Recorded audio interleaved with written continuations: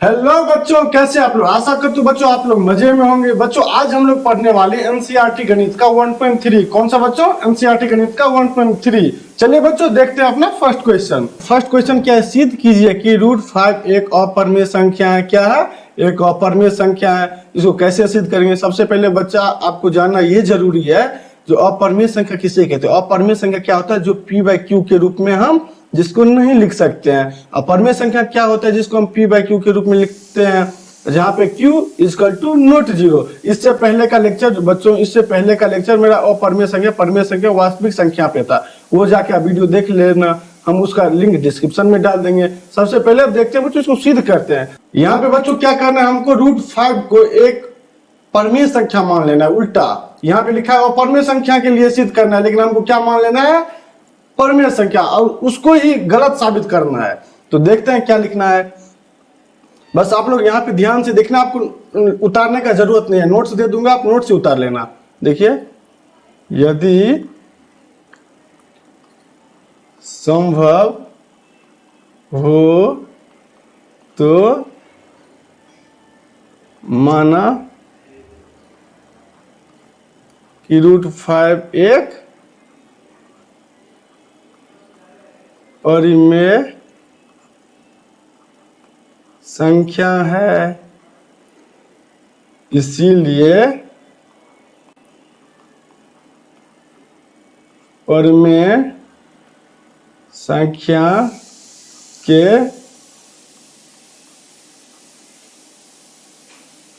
परिभाषा से, परिमेय संख्या की परिभाषा बच्चों हम लोग क्या पढ़े हैं? जो p/q के रूप में हो।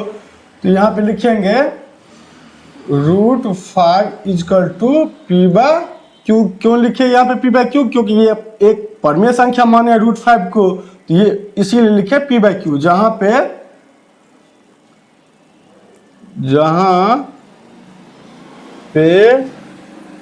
p और q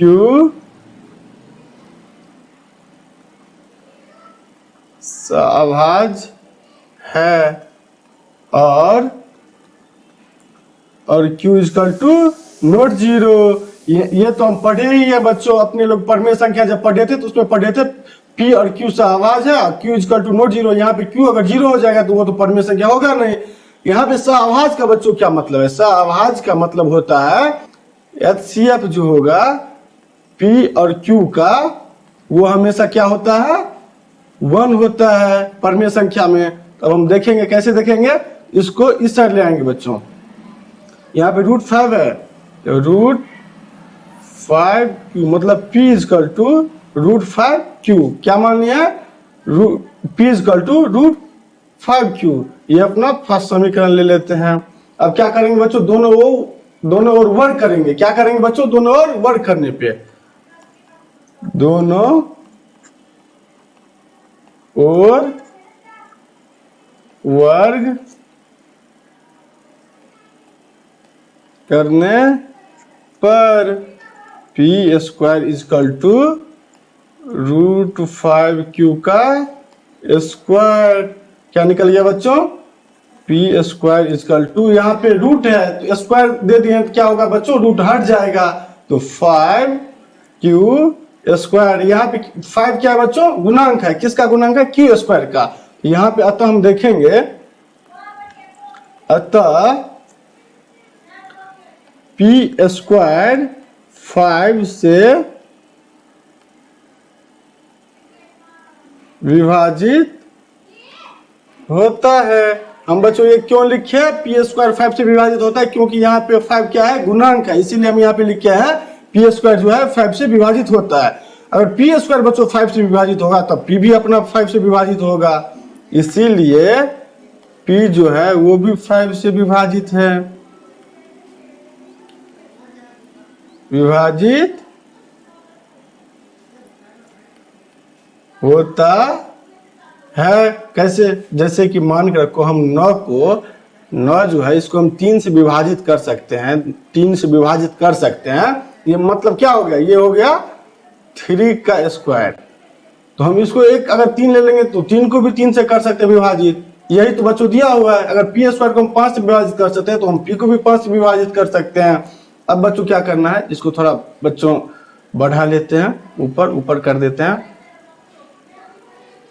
बच्चों हमको क्या माना है, माना कि Q इजकल टू R। हमको क्या करना है यहाँ पे बच्चों, R मान लेना है Q के जगह पे। तो हम P इजकल टू क्या था बच्चों, P इजकल टू था 5Q, तो P इजकल टू क्या हो गया 5R। अब बच्चों को क्या करना पड़ेगा, यहाँ पे दोनों ओर वर्क करना पड़ेगा, दोनों ओर वर्ग करने पर P का वर्ग करेंगे तो क्या हो जाएगा बच्चों, P स्क्वायर। 5 का स्क्वायर करेंगे तो क्या हो जाएगा, 5 गुने 5 मतलब 25। R का स्क्वायर करेंगे तो R स्क्वायर। यहाँ पे मतलब हम क्या रखेंगे, P स्क्वायर को, यहाँ पे P स्क्वायर का मान रखने पर हम P स्क्वायर का मान क्या रखेंगे बच्चों, P स्क्वायर का मान क्या था 5Q square. 5Q square equal to 25R square. तो बच्चों क्या हो जाएगा, Q स्क्वायर कर लेंगे तो इस साइड Q स्क्वायर करेंगे, 5 इस साइड जाएगा तो बट्टे में जाएगा, 25/5 R square, 25 Q square equal to 5R square. यहाँ पे बच्चों क्या हो गया, 5 अपना गुणांक में आ गया, इसीलिए यहाँ पे क्या करता है 5 क्या करता है, Q स्क्वायर को भी विभाजित करता है, इसीलिए 5 जो है 5Q स्क्वायर को विभाजित करता है। तो 5 जो है 5Q को भी विभाजित करेगा, Q को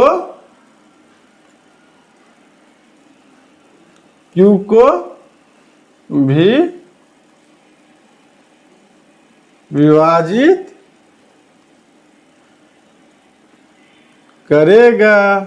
बच्चों यहाँ पे क्या देखे आप, यहाँ पे देखो, यहाँ पे 5 और Q स्क्वायर को विभाजित करेगा तो 5Q को भी करेगा। अगर 3 मान के रखो, 3 स्क्वायर को विभाजित करेगा तो 3 को भी विभाजित करता है। इसी तरह यहाँ पे हम लिखे हैं तो 5Q को भी विभाजित करेगा।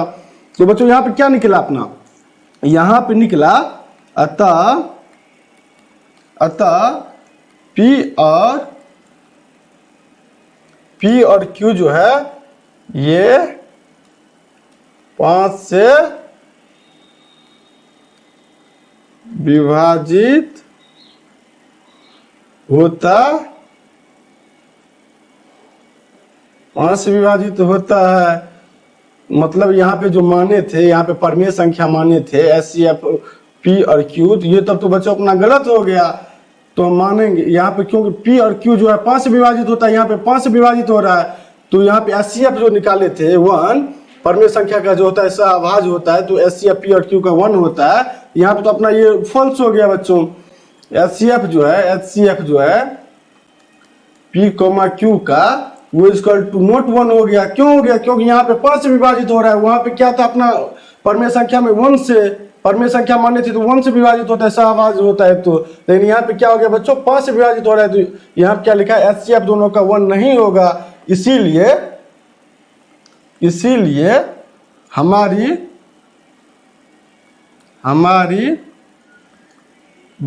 अवधारणा जो है बच्चों, हमारी अवधारणा जो हम मान चुके हैं, अवधारणा जो है यहाँ पे मन में बैठा लिए थे, यदि संभव हो तो √5 एक परमेय संख्या, ये अवधारणा तो अब गलत हो गया बच्चों।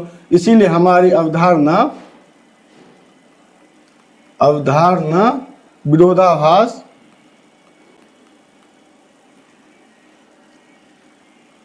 विरोधाभास प्रकट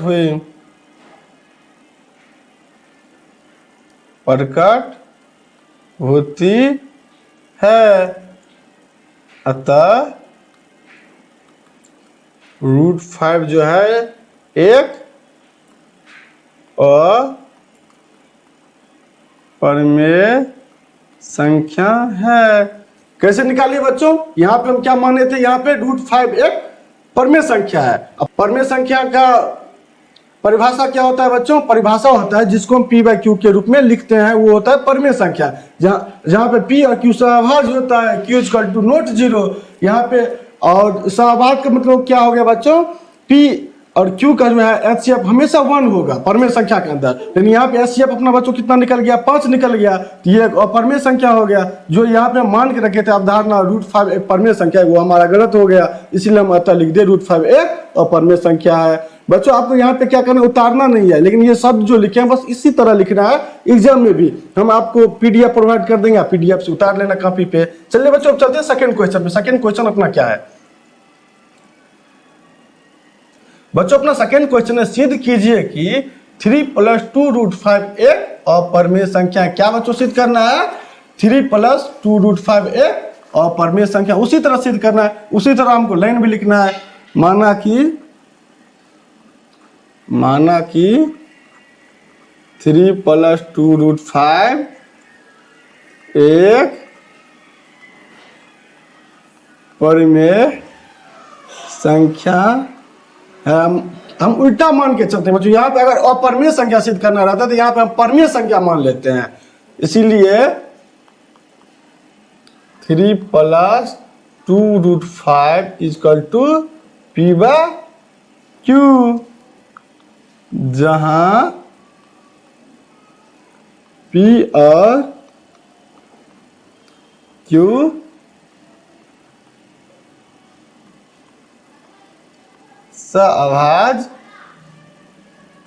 सहभाज्य है और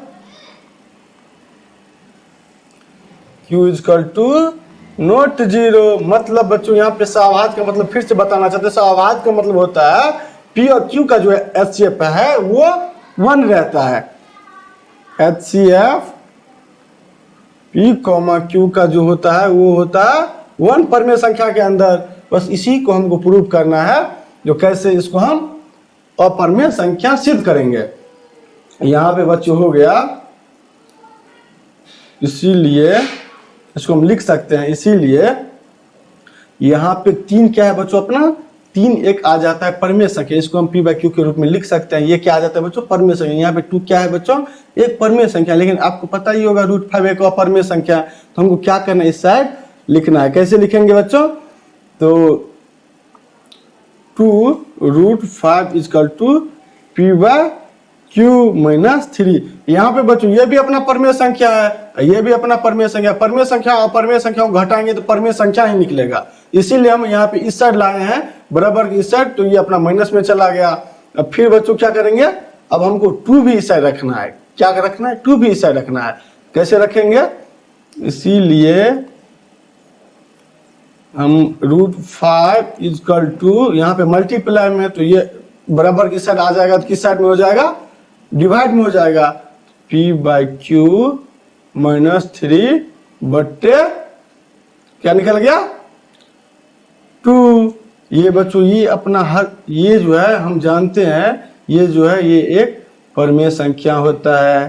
परिमेय संख्या होता है, क्यों, क्योंकि इसको हम p/q के रूप में लिखते हैं, इसलिए परिमेय संख्या होता है। हम जानते हैं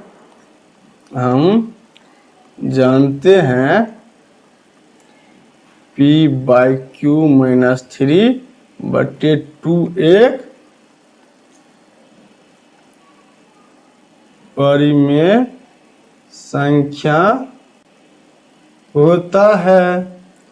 और हम ये भी जानते हैं √5 जो है बच्चों, क्या जानते हैं, √5 एक अपरिमेय संख्या होता है। √5 एक अपरिमेय संख्या होता है। इससे पहले तो हम प्रूव कर चुके हैं √5 एक कैसे अपरिमेय संख्या होता है।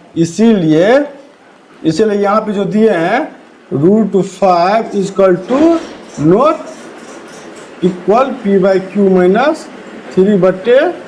ये बच्चों कभी भी इक्वल होगा नहीं होगा, क्योंकि परमेय संख्या अपरमेय संख्या इक्वल हो सकता है नहीं हो सकता। ये अपना हो गया अपरमेय संख्या, ये तो हम पहले से जानते हैं। ये क्या हो गया बच्चों, ये एक परमेय संख्या आता है, ये क्या है, ये एक अपरमेय संख्या है। ये हम √5 तो पहले से जानते क्या होता है, अपरमेय संख्या। इसीलिए हमारी अवधारणा जो है वो विरोधाभास हो गया, मतलब उल्टा हो गया, विरोधाभास हो गया। अतः 3 + 2√5 एक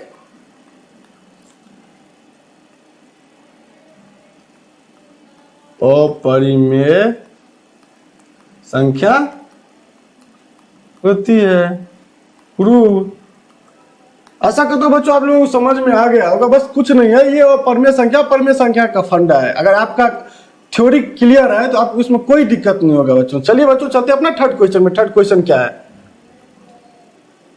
बच्चों, थर्ड क्वेश्चन भी इसी तरह है। सब में वो शब्द जो है, जो कुछ लाइन है पी और क्यू सहभाज है, जहाँ पे HCF1 होगा, ये सब में लिखना पड़ेगा बच्चों। अगर इससे आपको एक क्वेश्चन जरूर आएगा बोर्ड एग्जाम में। बस आराम से आपको क्या करना है, देखना है। हम आपको नोट्स दे देंगे, आप उससे नोट से उतार लेना बच्चों। उसमें हम स्टेप बाय स्टेप अच्छे से लिखे हैं, बस आपको हम समझाने के लिए यहाँ पे लिखते हैं। चलिए बच्चों देखते हैं।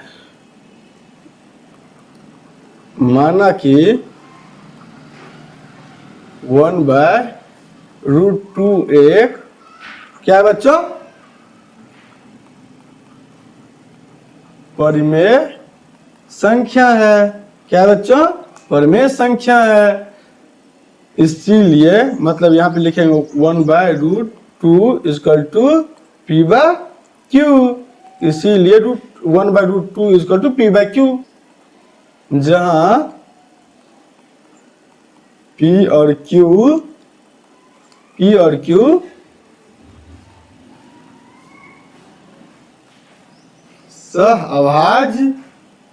सहअभाज है, और q इजकल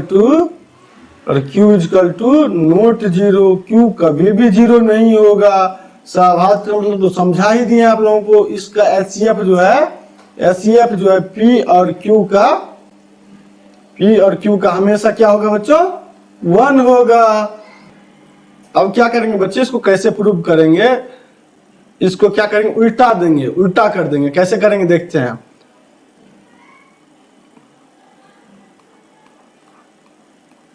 उल्टाने पर √2 इजकल टू q/p। हम आप लोगों को कुछ मन में क्वेश्चन आता होगा, ये उल्टा क्यों दिए बच्चों। अगर हम किसी परमेय संख्या को अगर उल्टाएंगे, जैसे 3/2 है, अगर ये अगर एक परमेय संख्या है, अगर हम इसको उल्टाएंगे तो ये भी उल्टाने के बाद भी वो परमेय संख्या ही होगा। जैसे कि 2/3 भी क्या होगा, इसको उल्टा दिए तो 2/3 भी एक परमेय संख्या होगा। इसलिए उल्टाने से हमको कोई फर्क नहीं पड़ता। और उल्टाए कैसे बच्चों, अगर √2 को ऊपर किए तो ये बटा में 1 चला गया, और इसको हम q को ऊपर किए, p को इस साइड किए। तो हम जानते हैं बच्चों, क्या जानते हैं, √2 जो है हमेशा क्या होता है बच्चों, एक अपरमेय संख्या ही होता है। हम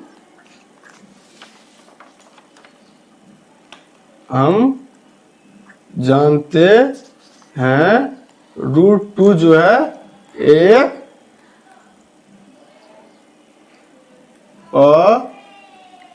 अपरिमेय संख्या होता है। क्या होता है बच्चों, √2 हमेशा एक अपरमेय संख्या होता है। क्योंकि यहाँ इससे पहले हम क्या प्रूव किए थे, √5 एक अपरमेय संख्या है। तो 5 की जगह पर हम 2 दे देंगे, हर उसी तरह हम बनाएंगे जिस तरह बनाए थे, 2 दे देंगे, वो भी एक अपरमेय संख्या सिद्ध हो जाएगा। हम जानते हैं √2 एक अपरमेय संख्या है। और यहाँ पे q/p क्या है बच्चों, और q/p एक परिमेय संख्या है। परिमेय संख्या होता है, आपको पता है। p/q अगर परिमेय संख्या, q/p भी एक परिमेय संख्या होगा।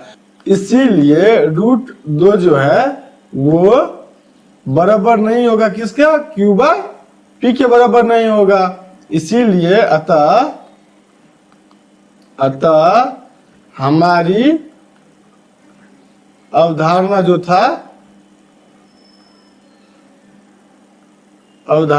था बच्चों क्या हो गया, विरोधाभास हो गया।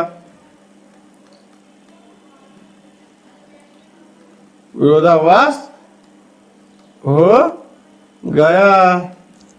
इसीलिए 1/√2 जो है एक अपरिमेय संख्या है। क्या है, अपरिमेय संख्या है। प्रूव हो गया। अब बच्चों हम चलते हैं अपना सेकंड क्वेश्चन पे। थर्ड का सेकंड क्वेश्चन क्या है, 7√5। क्या है बच्चों, 7√5। अब इसको प्रूव करके देख लेते हैं। बस वही करना है बच्चों जो हम पहले करते थे। क्या करना है, वही करना है जो हम पहले करते थे। यहां पे क्या लिखेंगे, माना कि 7√5 एक परिमेय संख्या है। इसीलिए परिमेय संख्या के परिभाषा से क्या होगा, परिभाषा क्या था परिभाषा बच्चों, वो पी बाय क्यू के रूप में लिखा जाता है। तो हम क्या लिखेंगे, इसीलिए 7√5 equal to P by Q, जहां पी और क्यू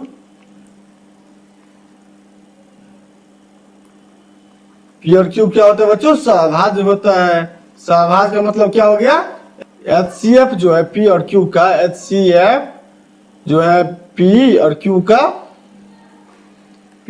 का वो हमेशा क्या होगा बच्चों, 1 के बराबर होगा। किसके बराबर होगा, 1 के बराबर होगा। जहां पे Q equal to not 0, Q 0 के बराबर नहीं होगा। अब हम इसको बच्चा क्या करेंगे, यहाँ पे क्या करेंगे, इसीलिए √5 को इस साइड कर देंगे। ये अपना क्या है, परिमेय संख्या है, तो हमको बराबर इस साइड ले आना है। बराबर इस साइड ले आएंगे क्या करेंगे, P बाय 7Q। हमको पता है, हमें पता है P बाय 7Q एक परिमेय संख्या है। और √5 जो बच्चों, √5 एक अपरिमेय संख्या होता है। इसीलिए √5 बराबर नहीं है P बाय 7Q का। क्या है बच्चों, परिमेय संख्या अपरिमेय संख्या के बराबर नहीं होता, इसीलिए √5 लिख दिया। ये इसके बराबर नहीं है। अगर इसके बराबर बच्चों नहीं है तो क्या हो गया, अपना वो जो अवधारणा था जो हम मान लिए थे 7√5 को एक परिमेय संख्या, वो क्या हो गया बच्चों, गलत हो गया। उसको हम क्या करेंगे अब, इसीलिए हमारी अवधारणा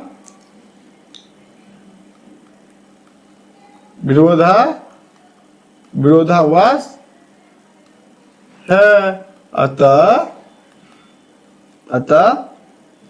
7√5 एक अपरिमेय संख्या होता है। क्या हो गया बच्चों, 7√5 एक अपरिमेय संख्या होता है। ये अपना प्रूव हो गया। अब बच्चों चलते हैं अपना तीसरा क्वेश्चन के थर्ड पे, 6 + √2। अब इसको भी प्रूव करना है, बस उसी तरह प्रूव करना है बच्चों, जैसे इससे पहले क्वेश्चन किए थे उसी तरह इसको भी प्रूव करना है। माना कि 6 + √2 एक परिमेय संख्या है। परिमेय संख्या, ये हमको क्या करना है, हमेशा बच्चों उल्टा ही मानना है। यहाँ अगर परमेय संख्या और परमेय संख्या दिया हुआ है सिद्ध करने के लिए, तो हमको यहाँ पे परमेय संख्या मान के चलना है। यही गलत कर देंगे हम, यही हम प्रूव करते हैं ये परमेय संख्या है ही नहीं, तो क्या हो जाएगा, परमेय संख्या हम खुद वो प्रूव हो जाएगा। तो यहाँ पे 6 + √2 जो है ये परमेय संख्या मान लिए हैं, इसीलिए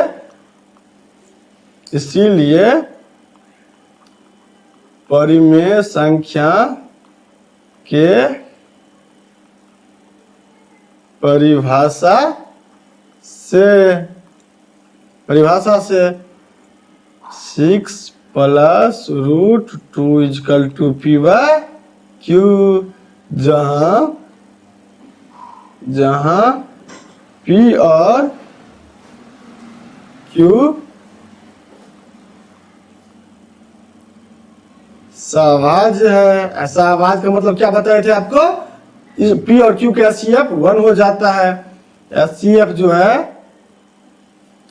जो है p और q का वो हमेशा बराबर होगा 1 के लिए, और q = यहाँ पे क्या हो जाएगा बच्चों, नोट 0। यह परमेय संख्या में अपना लोग पढ़े थे, कभी भी परमेय संख्या में q जो है 0 के बराबर नहीं होता है। बस यही तो प्रूव करना है। अब क्या करेंगे बच्चों, हम ये अपना क्या हो जाता है, ये परमेय संख्या हो जाता है, इसको हम इस साइड ले आएंगे। ये क्या है, ये तो हमको अब पता ही है, ये एक और परमेय संख्या होता है। तो क्या करना है हमको, इस साइड ले आना है। तो √2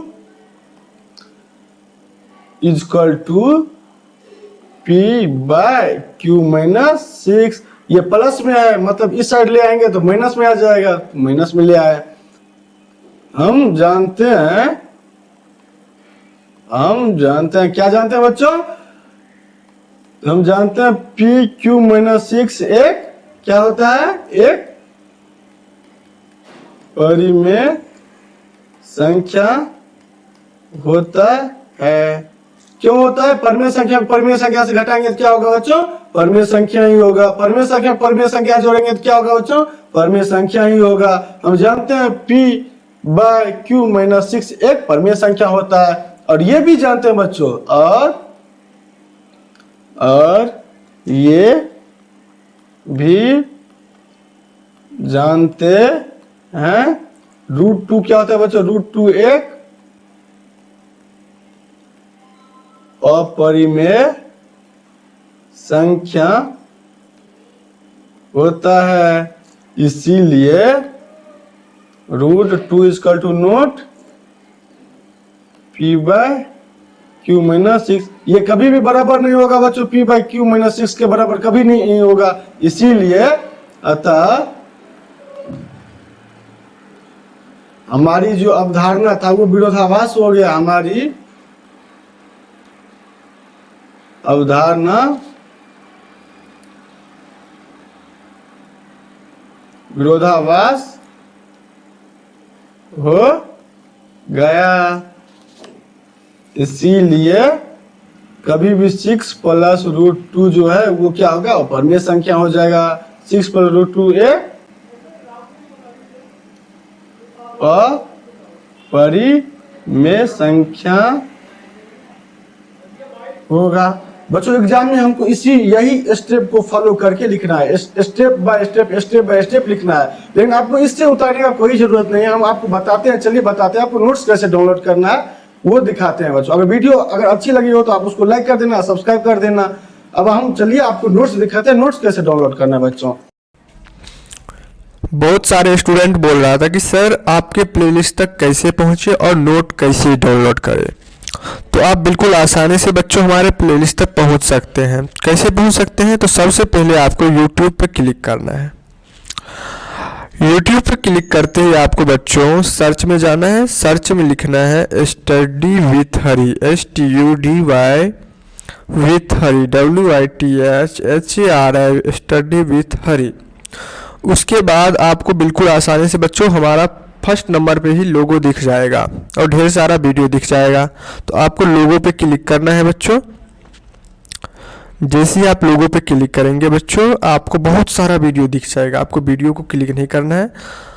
ऊपर में देखिए बच्चों ऑप्शन में home, video, shorts, playlist, community, channel, about. तो आपको प्लेलिस्ट खोज रहे थे तो प्लेलिस्ट में जाइए। अब यहाँ भी बच्चों आपको 4 प्लेलिस्ट दिखेगा, क्लास 10th, 9th, 8th और 7th का। आप जिस क्लास के हैं उस क्लास पर क्लिक कीजिए। जैसे कि हम यहाँ क्लास 10th के एनसीईआरटी मैथ को खोज रहे थे, तो क्लास 10th के एनसीईआरटी मैथ पे क्लिक करेंगे। जैसे ही हम बच्चों क्लास 10th पे क्लिक करेंगे तो यहाँ पे ढेर सारे वीडियो मिल जाएगा, आप बारी बारी करके हर एक वीडियो देख सकते हैं। अब रहा बात नोट डाउनलोड करने का, किसी भी वीडियो पे आप क्लिक कीजिए बच्चों। देखिए ये वीडियो चालू हो गया। अब आपको क्या करना है, ये डिस्क्रिप्शन पे क्लिक करना है, मोर वाले ऑप्शन पे। मोर पे जैसे ही क्लिक करेंगे बच्चों, यहाँ पे देखिए लिखा हुआ है नोट और नीला कलर का लिंक दिया हुआ है। तो आपको क्या करना है बच्चों, तो उस पर क्लिक करना है।